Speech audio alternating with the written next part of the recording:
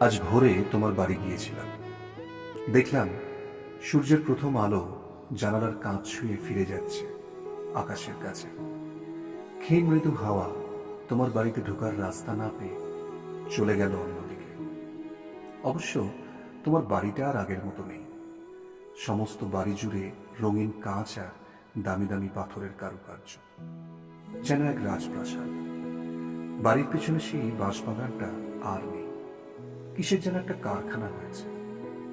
কেমন একটা পোড়া গন্ধ ভেসে আসছে। কচি বাঁশের মচমচ আওয়াজের থেকে নিশ্চয়ই তোমার এখন মেশিনের ঘর ঘর শব্দ শুনতে বেশি ভালো লাগে। পুকুরের ধারে সেই মস্ত বটগাছটা দেখতে পেলাম না। কেটে ফেলেছ নিশ্চয়ই। বিকেল হলেই কত পাখি এসে বসতো সেই গাছটায়। পাতার আড়ালে অগণিত পাখির বাসায় সদ্য ফোটা বাচ্চাগুলোর চিচির শব্দ শোনা যেত সারাদিন। আচ্ছা, তুমি কখনো খোঁজ নিয়ে দেখেছ সেই পাখিগুলো নতুন কোনো আশ্রয় পেয়েছে কিনা? কখনো অনুভব করার চেষ্টা করেছ তোমার বাড়ির সামনে কংক্রিটের রাস্তার নিচে চাপা পড়া নরম ঘাসগুলো মরার আগে ঠিক কতটা কষ্ট পেয়েছে? কখনো অবসর পেলে একটু ভেবে দেখো। অনিচ্ছা সত্ত্বেও তোমার দরজায় ধাক্কা দিয়েছিলাম দুবার।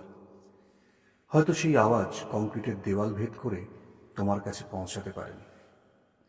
এতদিনের পরিচিত জায়গাটা হঠাৎ কেমন যেন অচেনা মনে হলো।